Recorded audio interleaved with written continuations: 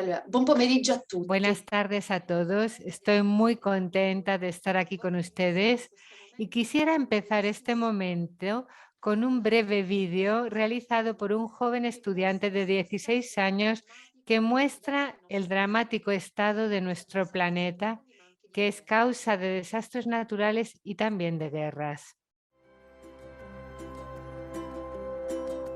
Trees of Greenland, red roses too. I watched them bloom for me and you, and I think to myself, what a wonderful world. Well, I see skies of blue and I see clouds of white and the brightness of day. I like the dark and I think to myself, what a wonderful world.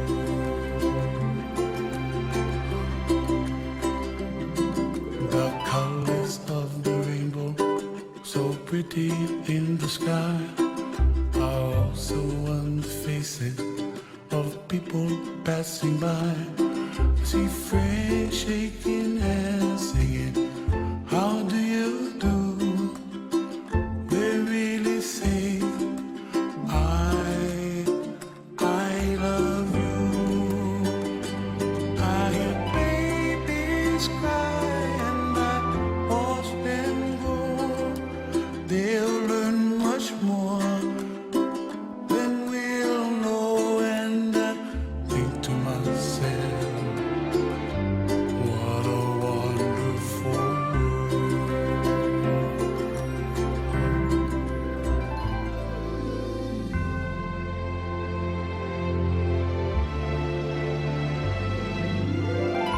Everybody gotta save it to yourself. Make the kuleana pono for help the other. And when you make your kuleana, pono, then it's like kind of automatic kind of. You don't need talk or stuff going happen. And you just gotta let them, and the stuff just waiting for when you ready. And what happened?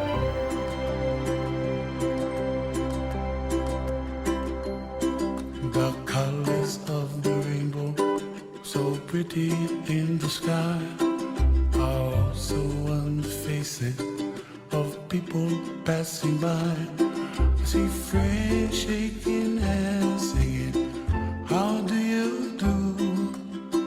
They really say, I love you. I love you. I hear babies cry and I watch them grow. They'll learn much more than we'll know, and I think to myself, what a wonderful world. What a wonderful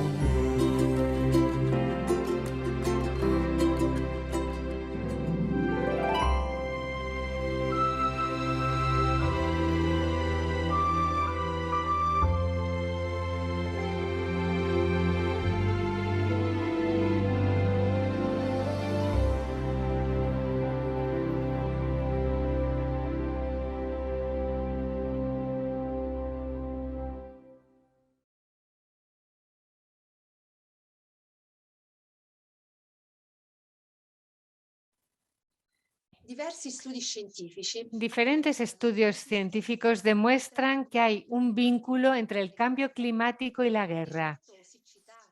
Ciertamente la sequía, la desertificación, el sobrecalentamiento pueden agravar situaciones sociopolíticas llevándolas al colapso.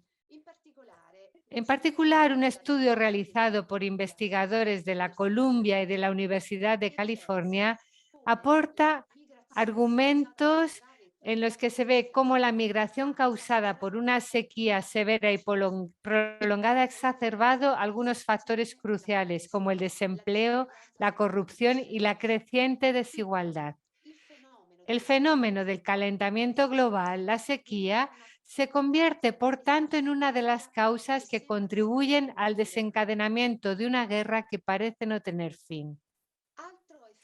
Otro efecto que experimentamos hoy es la migración. ¿Por qué tantos emigran? Emigran porque ya no encuentran agua, comida. La sequía empuja a muchas personas a huir de su país.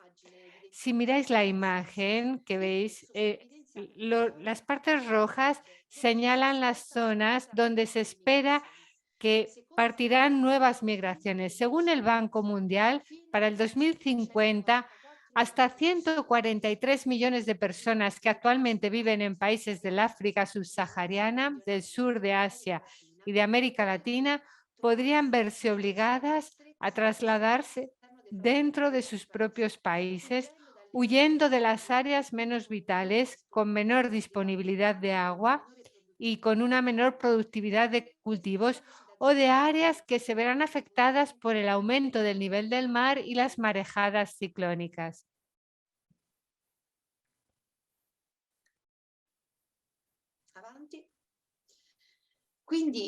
Existe, por tanto, un vínculo entre la crisis ambiental, la migración y las guerras.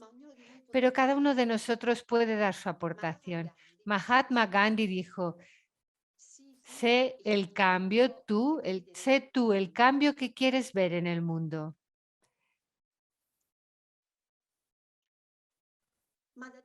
Pero ¿por dónde empezar? El primer paso es conocer, informarse del estado del medio ambiente, tanto a nivel mundial como local.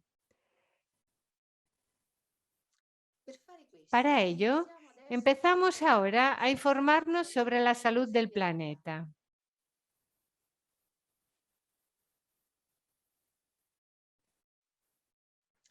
Nuestro planeta está enfermo y hay que poner remedio lo antes posible. Desde hace algún tiempo, nuestro planeta presenta síntomas de una enfermedad que se alimenta cada día con una carga de emisiones sin precedentes.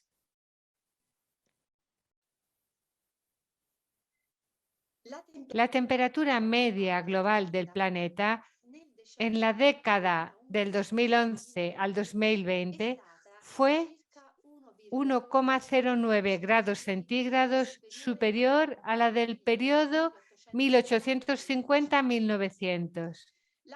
La concentración de los principales gases de efecto invernadero es hoy la más alta de los últimos 800.000 años. La mayor parte del calentamiento global observado se debe a las emisiones de gases de efecto invernadero de las actividades humanas. Entre las principales consecuencias, la reducción del hielo ártico sin precedentes en los últimos 2000 años, el aumento del nivel del mar a un ritmo nunca visto en los últimos 3000 años y la acidificación de las aguas de los mares avanza a un ritmo nunca antes visto en los últimos 26.000 años. Por no hablar del aumento de los fenómenos meteorológicos extremos en las últimas décadas. Esta es una imagen que muestra la temperatura media anual del 2020, muy reciente. Y es importante porque nos hace ver que el aumento de la temperatura es más fuerte en las tierras emergidas. Y esto es normal por la alta capacidad calorífica del agua, pero sobre todo es más elevada. Es más fuerte el aumento de temperatura en el hemisferio norte. Esto está debido a las actividades humanas que están más desarrolladas en el norte del planeta respecto al sur. Y esto se ve sobre todo en las regiones árticas y explica el problema del derretimiento de los glaciares. Se ven muchas imágenes, las reconocemos todos, de los osos polares encima de estos pedazos de glaciares que van flotando por el océano. El aumento de temperatura ha provocado el derretimiento de los glaciares. Aquí hay, en estas dos imágenes, en la parte de arriba veis una imagen de septiembre de 1979 y una de septiembre de 2020. En realidad, ¿qué es lo que se ve confrontando estas dos imágenes, comparando? Que los glaciares más espesos, los más importantes, se han reducido drásticamente.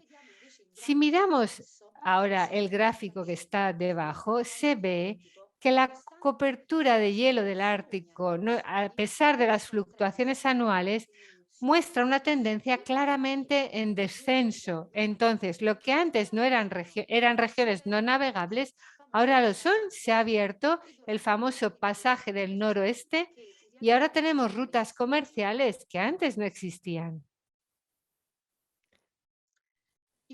El primer estudio sobre el seguimiento de los impactos del cambio climático en Italia habla de una fuente preocupación por las consecuencias en las costas.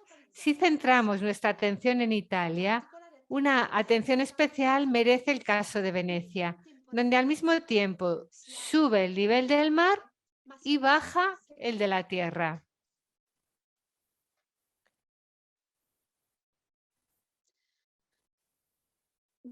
Los gases, se ve en este gráfico, los gases de efecto invernadero, en vez de disminuir, aumentan.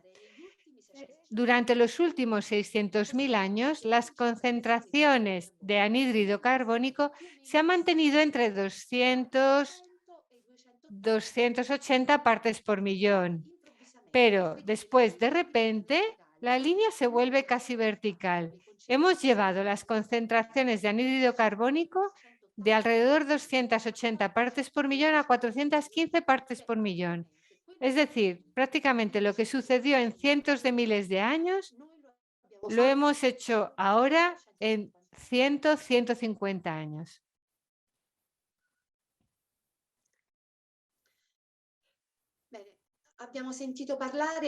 Hemos escuchado, hemos oído hablar del efecto invernadero. ¿Pero qué es este efecto? Os lo explico.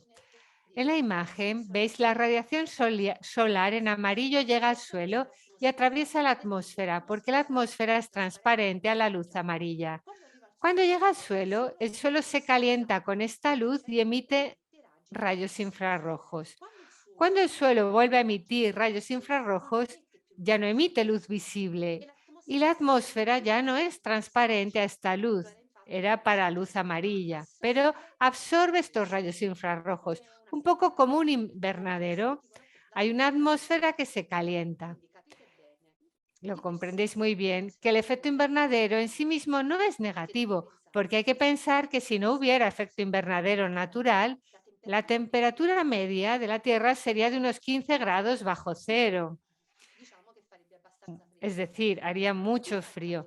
La principal causa del efecto invernadero natural es el vapor de agua. El aumento del anhídrido carbónico ha potenciado este efecto invernadero que, como sabemos, ha provocado y está provocando toda una serie de fenómenos meteorológicos extremos. El sexto informe de científicos del panel intergubernamental sobre cambio climático sobre el estado del clima, publicado en agosto de 2021, confirma, a partir de modelos matemáticos y estudios de campo llevados a cabo por 234 científicos de 66 países en nombre de Naciones Unidas, demuestra el nexo causal entre el aumento de los gases de efecto invernadero y el aumento de la temperatura. La humanidad. Hoy estamos viviendo tres crisis importantes. Además de la climática, que debido a las emisiones de gases de efecto invernadero hace que las temperaturas, el nivel del mar y los extremos climáticos aumenten a un ritmo sin precedentes en la historia de nuestra especie, tenemos la crisis de la biodiversidad, que por la destrucción de muchos hábitats está provocando la sexta extinción masiva en la historia de nuestro planeta. Y después estamos viviendo todavía, lo estamos viviendo en nuestra piel, la crisis sanitaria con la propagación de la pandemia COVID-19 y la aparición de nuevas zoonosis que ponen en grave peligro nuestra salud y nuestra economía. Pero en realidad estas tres crisis no están separadas. Todas se originan en nuestra relación con los ecosistemas de la Tierra. Piensen, por ejemplo, que los árboles y los bosques juegan un papel fundamental. Secuestran parte de los gases de efecto invernadero que emitimos, albergan 4/5 partes de la biodiversidad terrestre y actúan como una barrera antivirus contra los animales vectores de zoonosis. Esta premisa nos permite comprender que en nuestro planeta todo está interconectado, pero también nos hace comprender el papel fundamental que jugamos los seres humanos en este sistema. En estas tres crisis, la contaminación es una de las fuerzas impulsoras. Al quemar combustibles fósiles, ¿qué hacemos? Emitimos polvo en el aire, polvo fino y gases de efecto invernadero. Estos polvos se clasifican según el tamaño de sus partículas. Se dice las más estudiadas son las llamadas PM10 y PM2,5, que se refiere al tamaño de estas partículas. Si son partículas inferiores a 10 o 2,5 millonésimas de metro respectivamente. Estas partículas pueden ser de origen natural, por ejemplo, pensad polvo que se produce un incendio en las erupciones de los volcanes, el polen, las esporas, incluso la sal marina arrastrada por el viento, la arena de los desiertos. O también está el origen antropogénico, muy vinculado a los motores de coches de gasolina, de diésel, desgaste de neumáticos, calefacción doméstica o también a la industria. Las partículas más peligrosas son las más pequeñas. ¿Por qué? Porque pueden penetrar en la parte más profunda del sistema respiratorio. Y los efectos sobre la salud son muy graves. Se va desde el asma bronquial al cáncer de pulmón, enfermedades también cardiovasculares. Según un reciente estudio, las partículas emitidas por la quema de combustibles fósiles han causado aproximadamente 9 millones de muertes prematuras en 2018. Y esta es una cifra impresionante, sobre todo si la comparamos con las causas de muerte más importantes. Por ejemplo, las enfermedades cardiovasculares son 18 millones, los cánceres 10 millones u otras, por ejemplo, el COVID 2 millones. Continúa a provocar muertes. Una de las contaminaciones que más preocupa a la ciencia en la actualidad está vinculada al uso excesivo de plástico. El plástico en sí mismo es una invención muy útil porque ha permitido la fabricación de un gran número de objetos útiles a bajo coste. Estamos rodeados de productos de plástica. Estamos rodeados por este tipo de productos y esta producción sigue aumentando. Los residuos plásticos en la actualidad contaminan gran parte de los entornos naturales. Algunos estudios estiman que hay en el océano 150 toneladas de plástico y que, de continuar la tendencia de producción actual, el plástico podría llegar a 34.000 millones de toneladas en 2050, de las cuales al menos 12 constituirían residuos esparcidos por todos los ambientes, residuos. Los efectos negativos del plástico son graves. Pensad que para finales de este año, del 21, se estima que se producirán 500 millones de toneladas de plástico, de las cuales una parte impregnará el suelo y una tercera parte terminará en los océanos. A este ritmo, la masa de plástico superará en 2050 el total de kilos de los peces que viven en los mares. Debido a los procesos de degradación física, química y biológica, el plástico, según los científicos, se divide en fragmentos, en tres tipos de fragmentos de plástico, que pueden ser más pequeños, se clasifican en macroplásticos, que tienen un tamaño entre 5 a 25 milímetros, microplásticos de 5 milímetros a 1/1000ª de metro y nanoplásticos, menos de 1/1000ª de un metro. Comprendéis bien que así triturado el plástico, ¿qué sucede? Es ingerido por los organismos marinos que entran en las cadenas alimenticias y nos llegan hasta los seres humanos. Y también pueden provocar el daño no solo al ser humano, sino también a los seres marinos. Los daños son muy serios. ¿Cuál es la causa? ¿Cuáles son las causas? La causa de todo esto está muy vinculada a hay una causa común profunda que es el modelo económico. El Papa Francisco, en la reunión de la industria minera en 2019, dijo: las precarias condiciones de nuestra casa común se deben principalmente a un modelo económico que se ha seguido durante demasiado tiempo. Es un modelo voraz, lucrativo, con un horizonte limitado y basado en la ilusión de un crecimiento económico que no tiene límites. Aunque a menudo vemos su impacto desastroso en el mundo natural y en la vida de las personas, incluido el COVID, todavía somos resistentes a cambiar este modelo. Esta imagen nos muestra un mapa mundial deformada en proporción con las emisiones globales de anhídrido carbónico. Y vemos, por ejemplo, que Estados Unidos emite la mayor cantidad de compuestos que alteran el clima junto con China. Pero al mismo tiempo tienen la primacía de las emisiones per cápita, cada ciudadano también.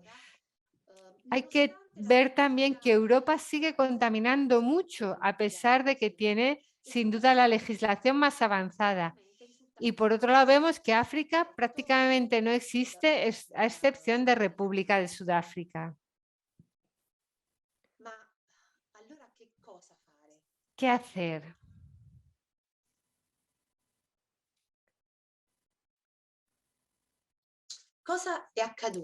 ¿Qué pasó en París en 2015? Pocos meses después de la encíclica Laudato Si, en París, en la COP21, 196 países del norte finalmente llegaron a un acuerdo sobre el clima, comprometerse a mantener el aumento de la temperatura media de nuestro planeta en, como máximo, 2 grados centígrados por encima de la media de la época preindustrial. Sin embargo, desde entonces no se han dado muchos pasos hacia adelante, sobre todo porque las naciones que impulsan la economía global, Estados Unidos y China en primer lugar, que tendrían que orientar y financiar la transición ecológica, son también las más contaminantes, es decir, las más vinculadas a la lógica de la explotación intensiva de los recursos naturales y a la explotación de las fuentes de energía fósil. Del 31 de octubre al 12 de noviembre estará en Glasgow la Conferencia de las Naciones sobre el Cambio Climático. ¿Qué podemos esperarnos de la COP26 de Glasgow? Seguramente que los compromisos de reducción sean más ambiciosos y después esperamos mucho que los países ricos se impliquen, no solo ellos, pero que se impliquen. Entonces, la primera recomendación era informarnos. La segunda es aumentar la concienciación sobre el medio ambiente en las nuevas generaciones.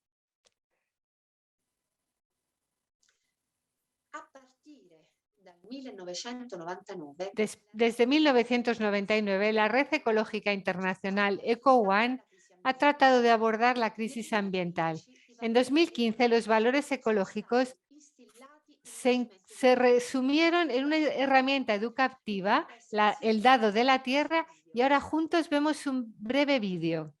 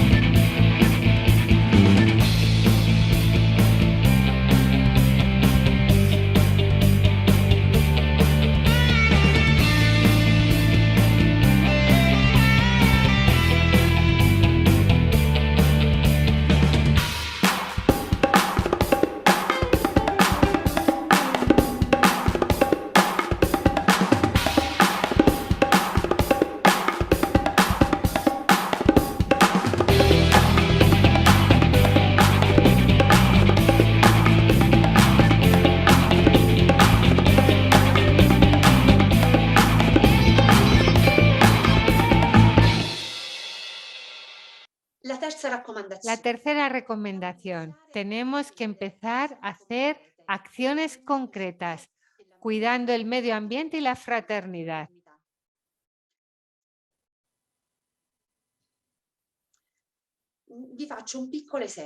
Os doy un pequeño ejemplo. Un pequeño grupo de personas decididas han sabido dar respuesta a un problema medioambiental. El lanzamiento de la Laudato Si del Papa Francisco tuvo un efecto dominó no solo dentro de la Iglesia Católica, sino también en la comunidad interreligiosa. Católicos y musulmanes han empezado a trabajar juntos en defensa del medio ambiente.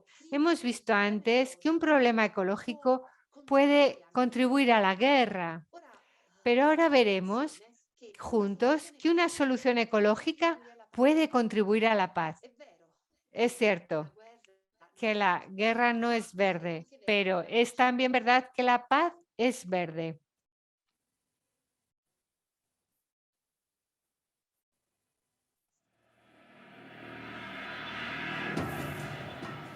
Da tempo il Libano affronta tante crisi. Desde hace tiempo el Líbano afronta muchas crisis, muchos problemas a nivel político, social y económico. Desde hace 4 meses ha tenido que afrontar un nuevo problema muy grave, el problema de la basura. Por el cierre de un vertedero, la basura se quedaba por la calle, había montañas de basura y el Estado no podía proporcionar una solución. Entonces, como una luz que resplandece en la oscuridad, una asociación que se llama Dar con Alegría invita a los ciudadanos a bajar a la calle para ordenar y para hacer un poquito de reciclaje, para separar el plástico. La experiencia que hemos hecho con un grupo de jóvenes de los focolares ha sido muy interesante. Hemos empezado a trabajar en la basura y hemos comprendido el esfuerzo que esto comportaba, moviendo las montañas de residuos con todas las personas que estaban allí, cristianos, musulmanes, médicos, ingenieros, simples ciudadanos, estudiantes. En 8 horas de trabajo con 40 voluntarios hemos podido ordenar 22 toneladas de basura con un costo inferior a menos de $1.000. Hemos trasladado las montañas del odio y del egoísmo. Y la experiencia no ha terminado aquí. La semana pasada hemos ido a la prisión más grande del Líbano, donde la basura lleva ahí desde hace 4 meses delante de todos los que están encarcelando. Yendo he sentido que igual que Jesús tomó sobre sí todo el pecado del mundo, nosotros teníamos la posibilidad de tomar sobre nosotros la basura de los demás. Hemos vuelto a casa transformados y hemos sentido que un Líbano nuevo puede nacer. Nací ahí.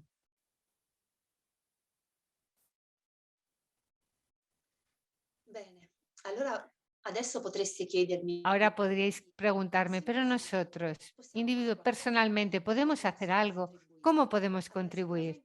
Seguramente, os digo, cambiando nuestro estilo de vida,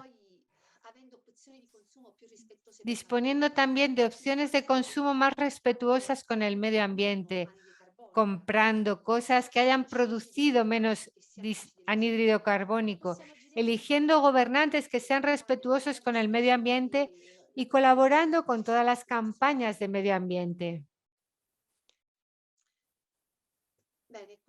Concluyo diciendo que hoy es importante y muy urgente centrar la atención no solo sobre los protagonistas de nuestro drama, es decir, los elementos naturales del clima, los agentes económicos y sociales, sino sobre todo en sus interacciones, reconociendo que la ciencia nos proporciona una compleja imagen de la realidad en la que todo está conectado con todo. Si somos capaces de establecer relaciones constructivas, tanto entre la humanidad y el cosmos, como entre grupos humanos, relaciones orientadas al bien común de la persona y de la naturaleza, la sostenibilidad se desarrollará como una propiedad emergente, como una que se podría decir una propiedad relacional.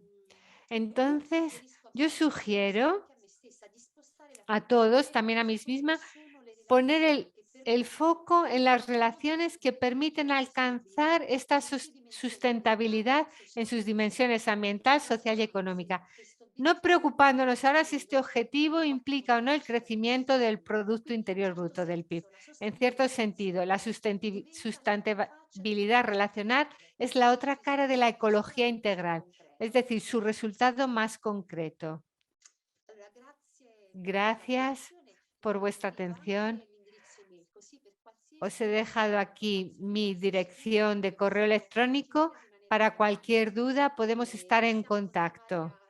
Podemos seguir viviendo juntos este recorrido de nacer de nuevo nuestro y de toda nuestra casa común. Gracias a todos.